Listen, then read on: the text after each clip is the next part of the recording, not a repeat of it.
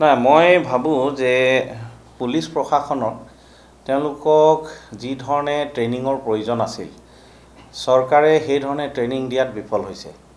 Police প্ৰশাসনৰ নিয়ম শৃংখলাৰ প্ৰয়োজন আছে, কিন্তু তেওঁলোকক লগে লগে ট্ৰেইনিং দিয়াৰো প্ৰয়োজন আছে যে তেওঁলোকৰ যিটো কৰিব লগা তেওঁলোকৰ যিখিনি দায়িত্ব আছে, দায়িত্বৰ সীমাটো ক'ত আছে, কিমানখিনি তেওঁলোকে কৰিব পাৰিব।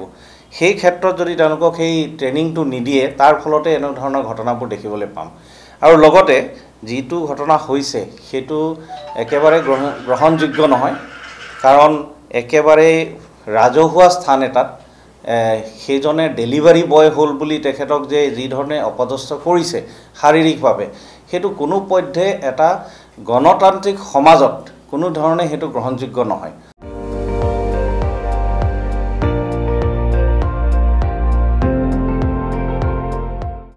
আপুনি চাই আছে ND24, সৰ্বশ্ৰেষ্ঠ নহয় সৰ্বোত্তমৰ দৌৰ।